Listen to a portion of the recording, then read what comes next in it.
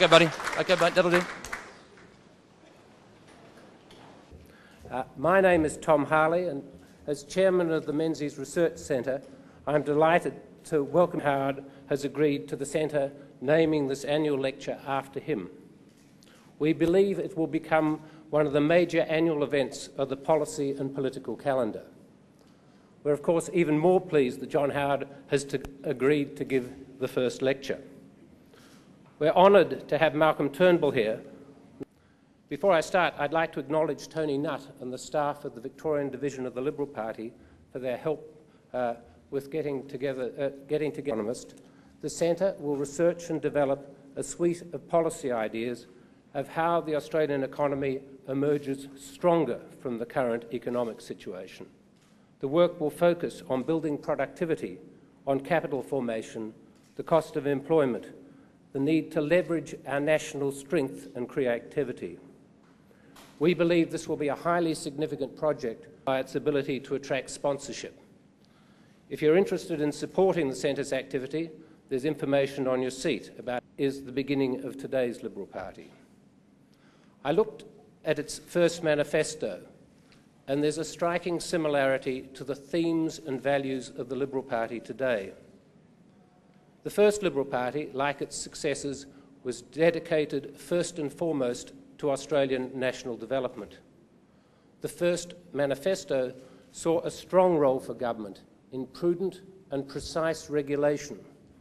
It introduced a welfare system that protected the aged in particular. It provided for a strong and independent national defence program. And interestingly, it makes specific... The essential difference was that the Liberal Party sought to rule for all Australians and not to treat the community. Prime Minister Rudd has accused the Liberal Party of neoliberalism based on rampant Liberal Party, but the accusation itself is not new and not wishing to the 20th century. Tonight, John Howard will speak on Australian liberalism for the 21st century. John Howard led a government inspired by a number of important legacies to Australia.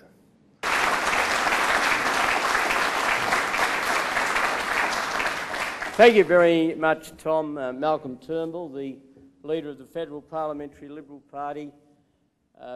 Alan Stockdale, Federal President, David Kemp, State President, my numerous former parliamentary colleagues, and as I look around the room tonight, I see faces and people who have made an enormous contribution to our cause over the last 20 or 30 years, not only here in Victoria, but throughout the entire nation.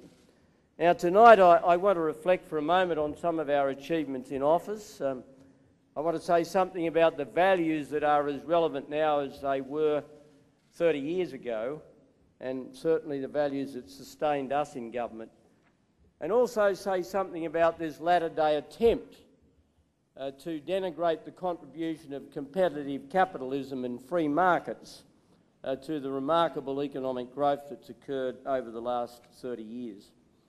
And it is appropriate that I do it under the aegis of the Menzies Research Centre, named after the great founder of our party and Australia's longest-serving Prime Minister, Robert Gordon Menzies. I had the enormous privilege of leading the Liberal Party for 16 years, a quarter of its years of existence.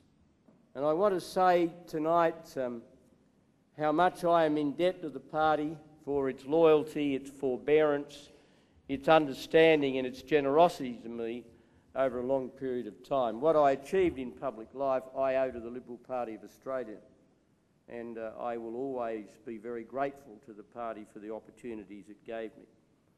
The legacy of the government that I led for almost 12 years is one that every person who supports the Liberal cause should be proud to own. Australia was in every way a stronger, prouder and more prosperous nation in November of 2007 than it had been in March of 1996. Now, however, we are in opposition. That brings new and different challenges, and whilst there should be a broad continuity of policy between government and opposition, not every position taken in government is necessarily appropriate to the circumstances of opposition.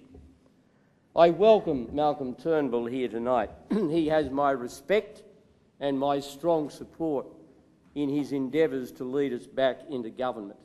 Malcolm brings high intelligence, great energy and a deep understanding of business and economics, all of which are particularly relevant as Australia grapples to find the right response to the financial challenges of the world in which we live. Like every leader before him, he will bring his own style and his own flair to the job. Ultimately, my friends, politics is a battle of ideas, and those who triumph politically are those who not only win the argument but have the capacity to communicate the values that they hold dear. And consistency of philosophy and also consistency in the political narrative of a party, whether it's in government or in opposition, are essential ingredients for success. A major reason why the Howard government remained in office for such a long period was that we governed in a consistent and predictable fashion. Love us or loathe us, and there were plenty of both, the Australian people always knew what we stood for and always knew what we wanted to achieve for our nation. When I resumed the leadership of the Liberal Party on the 30th of January 1995, I set out 5 broad goals, and I'm very proud of the fact, as I look back, at how in so many different ways we were able to work towards the achievement of those goals during our 12 years in office. The Liberal Party is not a party of the hard right, nor is it a party of the soft centre. We are a party of the centre right, and we have always been and should always be the custodian of 2 great traditions in Australian politics: the classical Liberal tradition and also the conservative tradition. Put another way, ours is the party of John Stuart Mill, as well as being the party of Edmund Burke. And that is a view that I've held for a long time. And I think some of you in the room have probably heard me express it, and that is a good thing, because that means that consistency has not totally deserted me in my post-political life.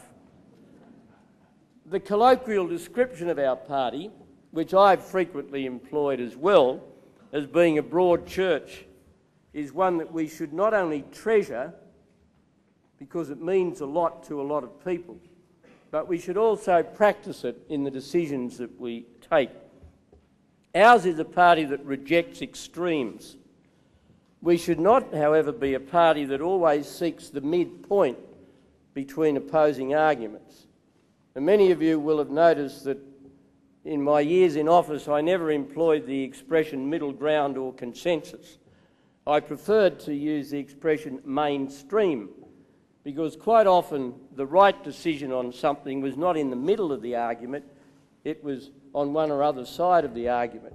Not only was that right, but that was the position that people wanted us to take. I am, by instinct, an economic liberal and a social conservative. You've heard me say that before. To some people that is a contradiction. However, to the more thoughtful people, it is a complementarity, because economic change of the type that we have experienced in Australia over the last 30 years has been deeply unsettling.